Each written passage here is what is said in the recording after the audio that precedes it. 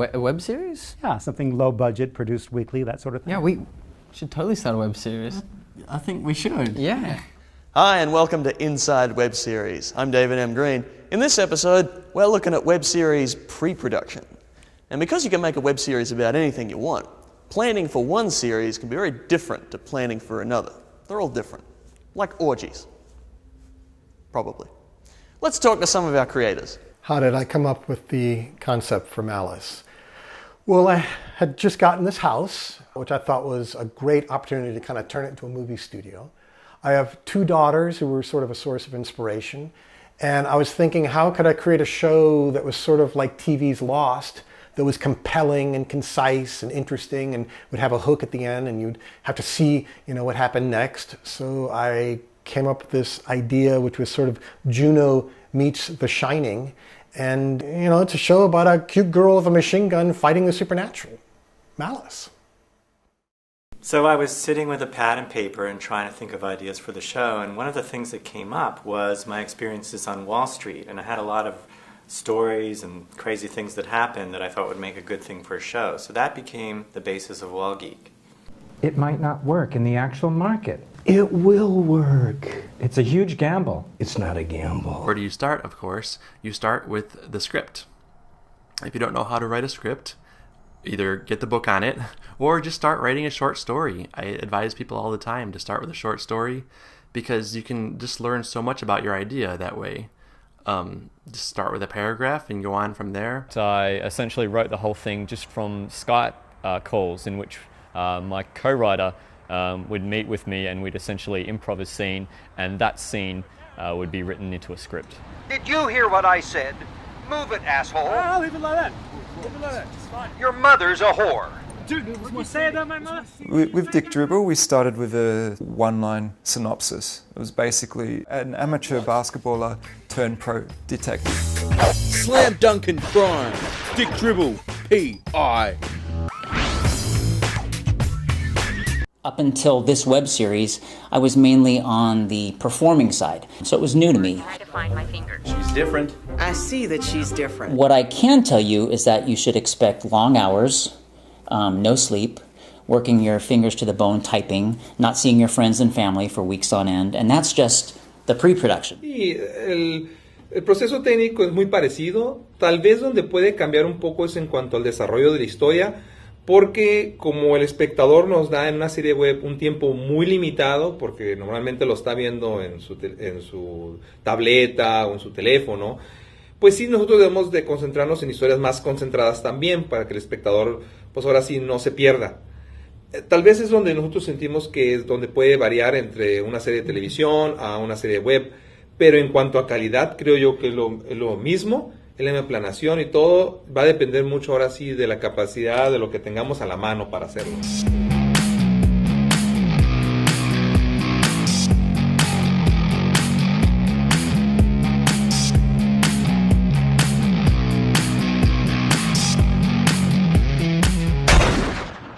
How did I come up with the concept? The word in between men is like a double entendre, so it's basically about guys who are gay who don't really relate to the mainstream gay culture, and they also aren't straight either, so they live in a world in between. It also kind of relates to anybody's life. Anybody is usually in between jobs or in between situations, or have to be one person to their family and one person to their friends, or everyone has a dichotomy in their personality. And I just started to write the show based on a relationship that I was in. After we broke up, went into an 8-month depression, decided to write my way out of it. And as I was writing, started to integrate my thoughts and opinions about popular culture, about gay culture, and eventually it became a series.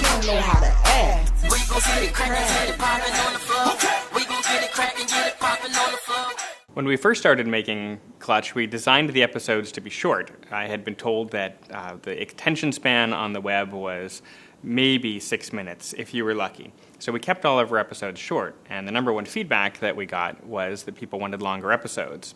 So we started writing more freely, creating the episode lengths whatever suited that episode. Some of them are about 4 minutes, and some of them are 13 minutes. I really liked that about web series, that we could just make it whatever length fit. Jermaine approached me about starting to write some material, and I was very excited about it, and we got together. We brainstormed a number of ideas. Tony and I have been like MySpace buddies for what, like 3 years now? About 3 years. 3 years, I think. 3 years, yeah. And we just discovered that we're both members in good standing. That's right. Of the Large Penis Support Group. That's right. So initially, it was only supposed to be one episode. After we did the casting, we found 2 actors that we really wanted to cast in the lead. Of course, we couldn't use both. So we decided to write a second episode so that we can at least feature the other guy who we really liked. Look at this! Look at this! Chris and Josh started as more so as an experiment, actually. I really wanted to get better at directing and editing improv, and I sort of thought that the web series format was a really good way of sort of doing it with no risk involved, essentially. We could put it out, get a response. I floated the idea to Alex. We were just playing golf once, before he was famous. Before I was famous. That's still now. But, yeah, we came up with this idea, too easy about, an Australian guy and me, who's also an Australian guy. I'm either going to get this motherfucker tattooed all up on me like that, get me dick done, that'll hurt, but whatever. Or conversely, get 5 small Southern Crosses, let me finish, in the shape of a much larger Southern Cross. What do you reckon? Well, that's very patriotic. It helps having a friendship relationship as well. And like in the same shows, the same comedies, they get things straight away, basically. Shoot it, Ray!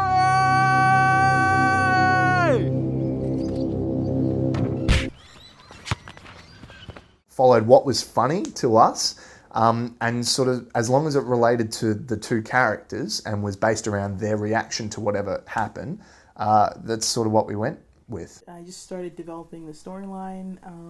In about a week, I wrote all 8 episodes of the first season. You just start off with the script, and then you look around for locations and try to figure out, which area to start shooting in. And then during that time, I met with the actors one by one. I'm Della Cruz. We are putting the spotlight on the web series Brooklyn is in Love. Terrence Ruggiero hails from Pompton Plains. He plays the character of Kevin in that web series. Miranda McCauley lives in Brooklyn. She plays the lead role of Diane. Get Stuffed is Michael's idea, and he had an idea of wanting to do sort of a late night show, but with puppets, because, he's a great puppeteer, so why not combine the 2? But every once in a while, I bend over and let my producer have his way. Creating an animated web series starts out very much the same as a live-action web series. You start with a script, and then it differs quite a bit. For pre-production, you go into things like character design and character rigging and all that kind of stuff. They say I might even make a mistake, if I'm not careful. Doctor, he's stabilized. But what do they know? I guess with the writing process, once we nail down what the character is, what the supporting characters are, we work on episode ideas, and then we write sort of short episode synopsises. We divide up scenes, and Greta will write something, then I'll write a scene, and then we'll swap. It can be hard to fund any project, especially in Australia. Even with Screen Australia, actually. Especially with Screen Australia. Let's talk to some of our web series producers about how they funded their series. To be frank, we don't have people coming at us saying, let's give you lots of production funding and help you out. We do it all ourselves. Our process for our show is it all starts with the fundraising. There is no show without the money to produce it, and because we don't have advertisers, we're completely dependent on our audience, and a little out of pocket as much as we can afford. There's, the idea of traditional film financing, right, or traditional financing for these things where you're writing grant proposals, you're trying to find investors, you're going for that rich uncle that doesn't exist. And then there's a more proactive approach where you can actually, again, raise the funds that you need. You're becoming a part of a bigger process, just the way you would make the series happen with a camera crew and all that stuff. You have to go out there to the audience with a different kind of a crew and piece together a campaign that is compelling enough to get them to give you the funding. But when they're not just giving you the funding, they're giving you their time, they're giving you their attention, you're getting the audience engaged long before that project is even created. If you're thinking about crowdfunding, one of the number one tips I would give you is do not pay for advice. There is way too much content available on all the platforms of past projects that you can dig into. You can maybe examine a pitch that you thought was really good for a web series. When you look at the total and did they meet their target, they didn't, find out, contact them, what do they think went wrong, if they could do it again, what would they change? More than likely, if you're doing a web series, you don't have access to a huge budget or anything like that. You have to take advantage of the resources available to you. It's tough when you're not paying people, or when you're paying people a fairly paltry amount.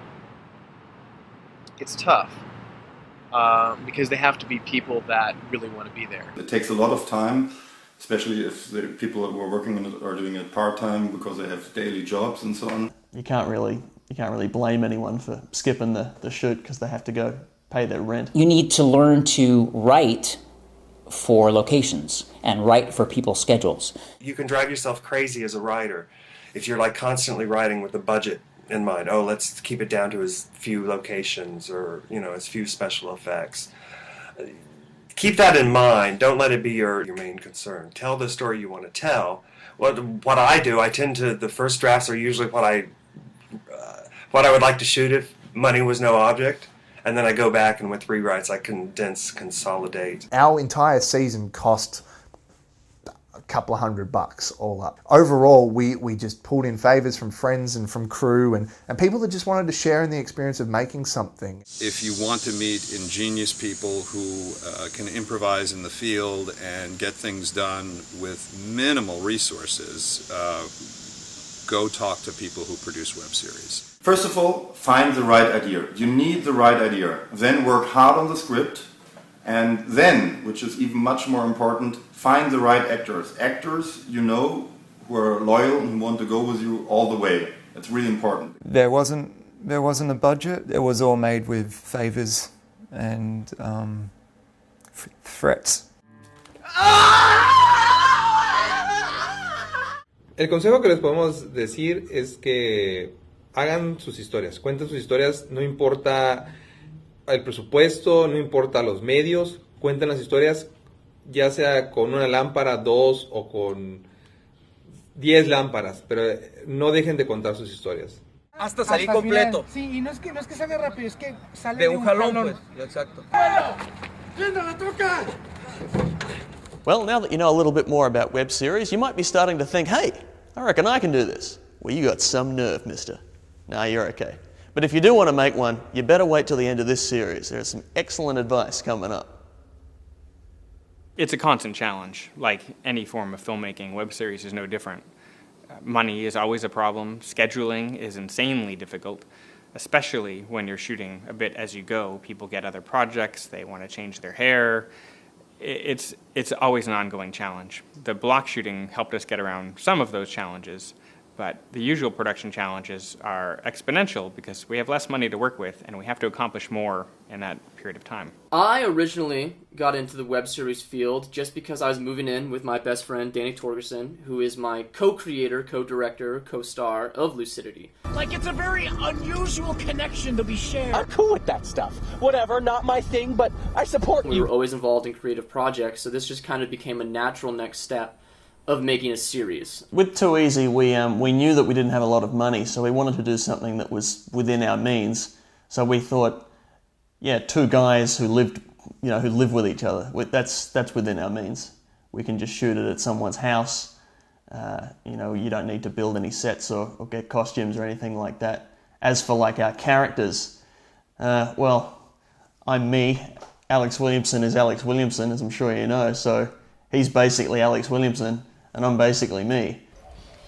You're a pretty useless bloke, aren't you, Tobes? What do you mean? What do you do? What do? I can cook. I tend my herb garden. It's second to none. I can balance a checkbook. Not a lot of people can even do that. What are you saying? Balance a herb garden? Those are completely unnecessary life skills that no human should even tell another human about. They should be secret. Just like my nose, picking shooting locations can be messy business. Unless you take the easy option and shoot in your own house or a friend's bedroom. That's what I did. Didn't cost us anything. Except a friendship. Let's talk to some of our producers about how they chose their shooting locations. We discovered that going smaller in terms of size, in terms of like crew and locations was better financially, as well as getting it out faster. Season 1, all the locations, we used about 20 locations in New York City, and they were all pretty much places where I recreationally hung out, drank, had fun with friends, and I just developed relationships with those locations over the years that I was hanging out there, because I knew I would want to come back and film there. So that's how I found the locations for Season 1. Season 2 was very different. It was a whole new ball game. We had a location manager, location scout and location manager who went out and scouted the locations around New York City. Well, location was more for us just to plan an itinerary, if you like. So we covered about 16,000 kilometers. Og som nordmann I eksil så var jeg altså nysgjerrig på følelsen av tilhørighet når man It was about just as we were driving to sort of try and locate stories on the go, basically, except for a few locations that we knew we wanted to shoot. We chose to set it in Canada because we're Canadian, so we used Canadian money. But we made it very certain, we made a very conscious choice not to show recognizable Canadian locations. And in fact, we shot all over the place, including Toronto, Canada. We shot in Montreal, we shot in Los Angeles. And that enabled us to create a world that is unique to Clutch.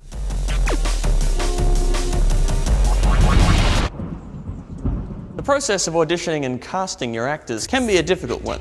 Hey, maybe you should cast me in this web series since we're dating. Just over there, and we'll talk about it later. God, you sleep with one. The process of auditioning and choosing your actors can be a difficult one, especially if they're batshit crazy. Let's talk to some of our producers about how they cast their web series.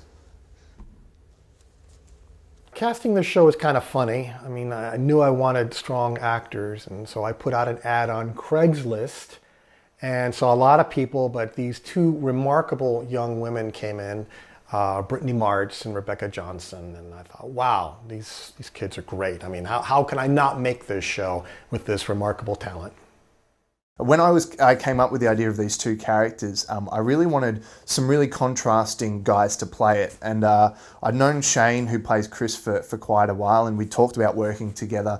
And everything I'd seen him in, he'd always played the, I guess, the comic relief. So when it came to casting Chris and Josh, I was like, I think he'd really enjoy the challenge of playing the straight man, so to speak. I'm not interested. None of this is going to go viral. None of it. You know what you're being like right now? The whole thing really kind of got cast by what we thought was funny and what we could do with the people we knew, rather than kind of writing characters and then going, you know what, let's cast it. It was based around the actors we had available to us. I think probably the best piece of advice is to cast it with the best actors you can possibly get your hands on. Because it's a short form, you don't have a lot of time for nuance and subtlety, and a lot of that has to come through just the actor's performance. Oftentimes, not even something they're directed on, just something they know as good actors to do. It's a great cast. We're so lucky. You know, web series, they don't, as you said, we don't have big budgets. It's very, very much on the cheap, and they're all so dedicated. There's not a diva in the bunch. How I cast a web series, actually, I hate to say it, but nepotism is basically the way I do it. I'm lucky enough to live in New York. I think for those of us who live in New York and LA, there's no shortage of actors that we can find. I use a lot of my friends. A lot of the roles for Raw Heat were already written in for actors and friends that we already know, especially the mayor, Mayor Barnaby. He's played by a good friend of ours, Theo Belucas. Chief, I'd like to present these strapping lines with medals. You gotta be kidding me. No, kidding's well for kids. We put out casting notices on local casting sites like LA Casting and Now Casting, and, you know, posted statuses on Facebook saying that we were looking for an old lady, 70 to 80, who could play this senile old grandma, and word of mouth spread, and we were able to get several people in, and we took about 3 or 4 days and just, saw everyone did it very grassroots like that. This is for my family and for my children's children. Shield your eyes. Prepare to taste the blade of death. Oh, stop it. You stop it. Right now, you stop it. There's just something so satisfying about seeing someone walk in and being like, that's the guy, or that's the girl, or that's the 90-year-old grandma. The casting season 1 was interesting. I had 2 friends who I already knew, as I come from the theater world as well. And Nick Matthews was someone I was already friends with. Rome. I love Italy. I mean, the architecture, the history, the food, the wine, the men. Where are you from? Roma. Oh, Rome. I love Italy. I mean, the architecture, the history, the food, the wine, the men. And everyone else was cast just through traditional audition and casting techniques. We did use a casting director in season 2. We did not have a casting director in season 1, so we grew big enough where we had a casting director, and for principal roles and for background casting as well. How did I get cast on Malice? I found Malice on Craigslist, only it wasn't listed under Malice. It was listed under something like local filmmaker casting web series something, something, something. And I didn't even drive at the time. So I sent in my headshot and resume, and then I Googled the bejesus out of Phil Cook to make sure he wasn't some creeper in a van. And he wasn't, and he had actually made some real films. From writer-director Philip Cook of Despiser and Invader comes Outer World. And I auditioned, and they decided I was the one to be Alice, and that's how I got cast. What ended up happening was that at the time nobody had really shot a web series in Chicago, to my knowledge, and so there was this one episode of this thing that I could use to get the next people to be in that episode. And what that meant for me was going to the heroes that I had in the Chicago improv community and basically saying, hey, would you want to do one of these? And if they said yes, the only rules that I had were that they choose any person that they want to perform with, and that they come up with a situation that they think would be either impossible to shoot or very personal for them, or something that would make it feel very real and fun. We really didn't even get the two together before shooting. We had a coffee, and then a week later we were shooting the first couple episodes. Okay, boys, I'm going to stop you there. Fine. There's no easy way to say this, but that was not great. In fact, I didn't believe a single second of that. Rehearsing. How do you do it? No. Oh. I'm Leon, I'm playing Nathan. Jeff playing Muscles. Kurt playing Brad. I've never even considered sex with anyone 50 years old, or at least with anyone who admitted it. Shit. I've never even considered sex with anyone 50 years old, or at least with anyone who admitted it. You're not a real clown.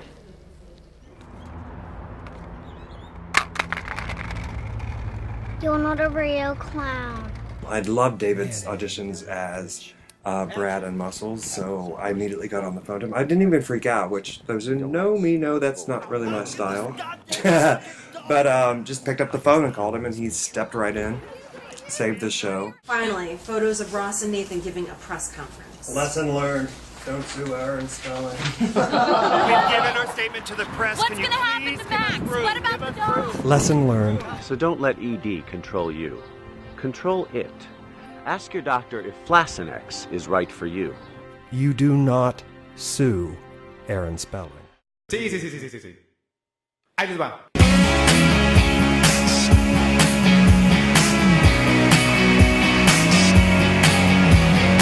I'm Manuel Alejandro. Miguel Garcia Yee.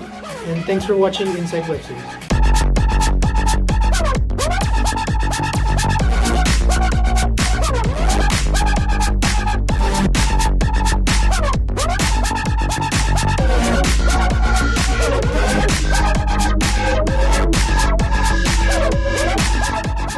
Thanks for watching Inside Web Series. On our next episode, we're looking at web series production.